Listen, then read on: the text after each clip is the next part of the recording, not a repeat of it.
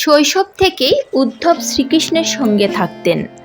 তার রথ চালানো থেকে শুরু করে অনেক সেবা করতেন, কিন্তু তিনি কখনোই ভগবানের কাছ থেকে কোনো সাহায্য বা বর প্রার্থনা করেননি।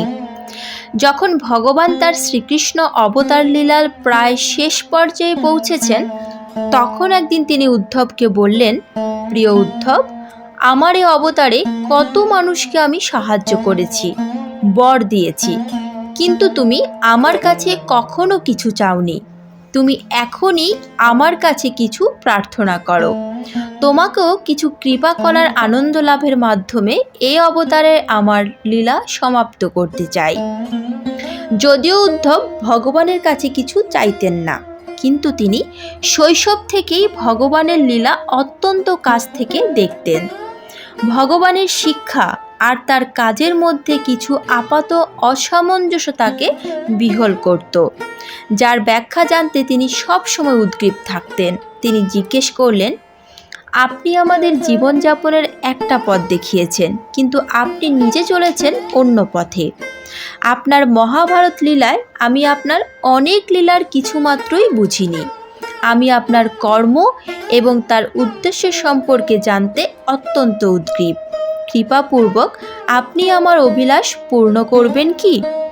শ্রীকৃষ্ণ বললেন, মহাভারতে যা আমি অর্জুনকে বলেছিলাম তা ভগবদ গীতা নামে খ্যাত।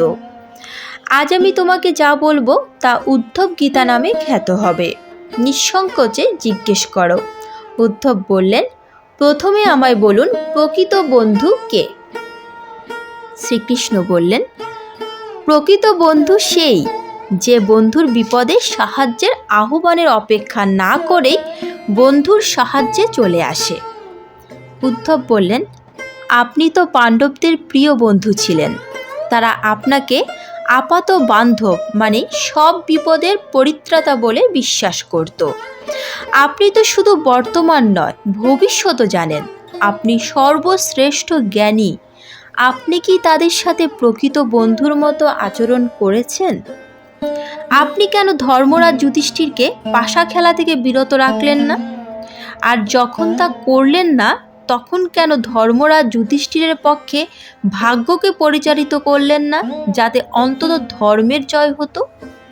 ধর্মরাজ যুধিষ্ঠির ধন সম্পদ রাজ্য নিজেকে হারানোর পর আপনি তো পাশা খেলা বন্ধ করতে পারতেন।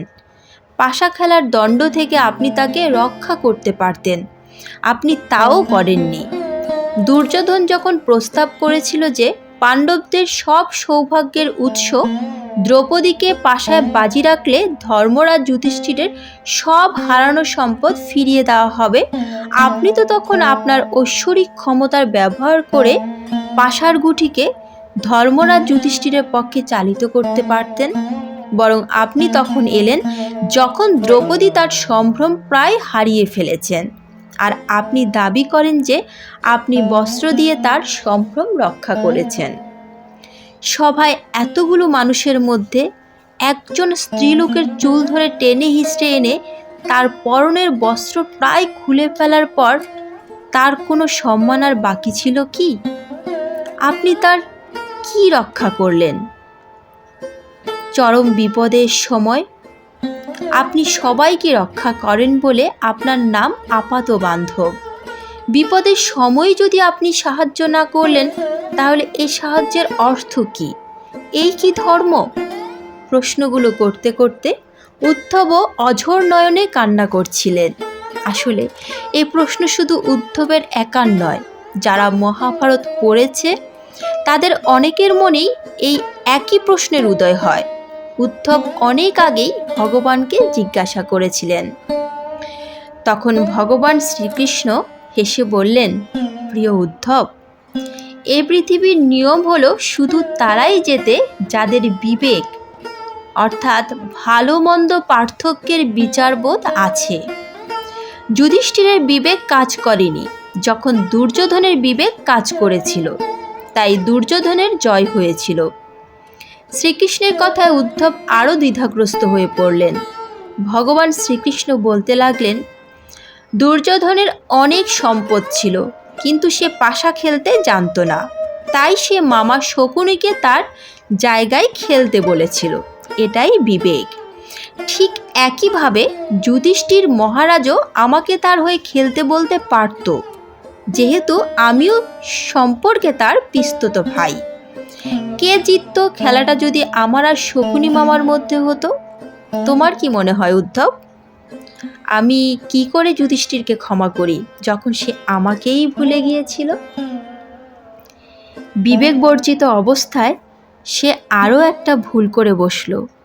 সে প্রার্থনা করল আমি যেন পাশার ওই সভাতে না যাই, আর তার এই প্রতারণার শিকার হয়ে বাধ্য হয়ে পাশা খেলার পরিণতির কথা না জানি। সে প্রার্থনা দিয়ে পাশার ওই সভার বাইরে আমাকে বেঁধে ফেলল। আমি তো বাইরে অপেক্ষা করছিলাম আর প্রত্যাশা করছিলাম কেউ অন্তত আমাকে ভেতরে আসার প্রার্থনা করুক। যখন ভীম, অর্জুন, নকুল, সহদেবও হেরে গেল, তখন তারা দুর্যোধনকে অভিসম্পাত আর নিজেদের ভাগ্যকে দোষারোপ করায় ব্যস্ত ছিল। আমাকে কেউ স্মরণই করেনি। দুর্যোধনের আদেশে দুঃশাসন যখন দ্রৌপদীর চুল ধরে টেনে হিস্ট্রে সভায় নিয়ে এলো, দ্রৌপদী তখনও আমাকে স্মরণ করেনি। তার নিজের সামান্য ক্ষমতার উপর নির্ভর করে প্রতিবাদ করছিল মাত্র, একবারও আমাকে স্মরণ করেনি।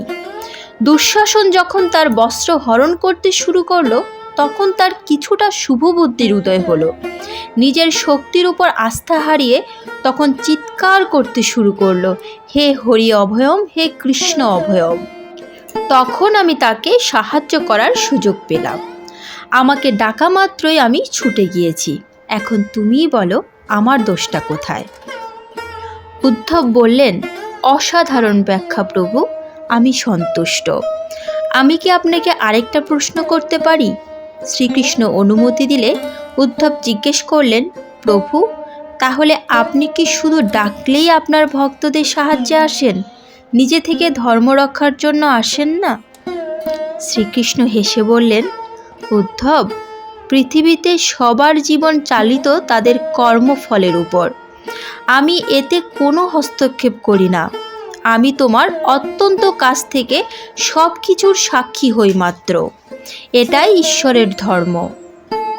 উদ্ধব বললেন, ও তাহলে আপনি আমাদের খুব কাছ থেকে আমাদের পাপকর্ম করতে দেখতে থাকবেন। আমরা যখন পাপের পর পাপ করতে থাকব, আপনি তখনও দেখতে থাকবেন।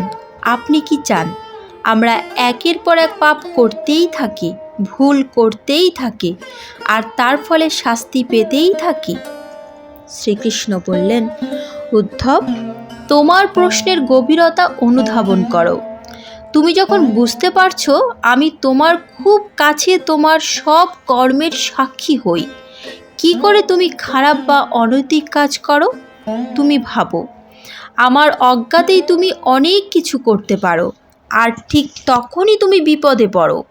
ধর্মরাজ যুধিষ্ঠিরের অজ্ঞতা ছিল এই যে তিনি ভেবেছিলেন তিনি আমার অজ্ঞাতে পাশা খেলবেন। যদি তিনি সত্যি এটা অনুধাবন করতেন যে আমি সবসময় সবার সঙ্গে তাদের কর্মের সাক্ষী থাকি, তাহলে কি পাশার ওই সভা ভিন্নভাবে শেষ হতো না? উদ্ধব বিস্ময়ে হতবাক হয়ে গেলেন, ভক্তিতে আপ্লুত হলেন। তিনি বললেন, কি সুগভীর দর্শন, কি সুমহান সত্য!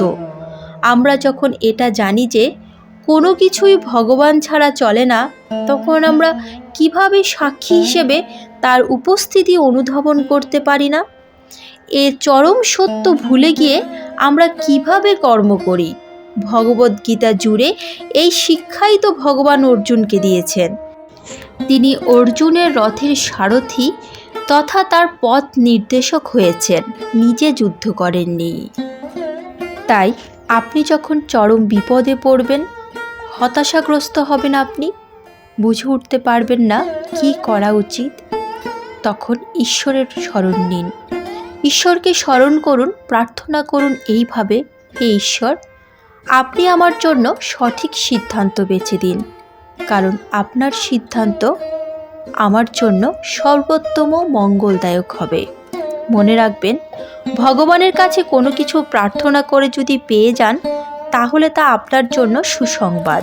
তবে যদি না পান তাহলে তা আরও বেশি সুসংবাদ আপনার জন্য, কারণ আপনি যা পেয়েছেন তা আপনার জীবনের সিদ্ধান্ত ছিল, আর যা পাননি তা শুধুই ভগবানের সিদ্ধান্ত ছিল।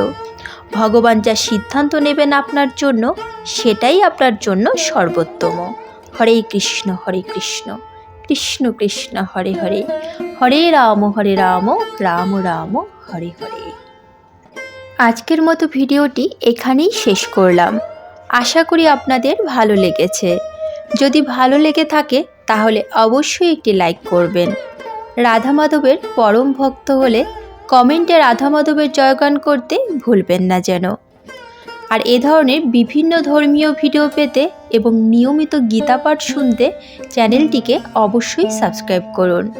তাহলে আজ এ পর্যন্তই, দেখা হচ্ছে পরবর্তী ভিডিওতে। ভালো থাকবেন, সুস্থ থাকবেন। জয় শ্রীকৃষ্ণ, রাধে রাধে।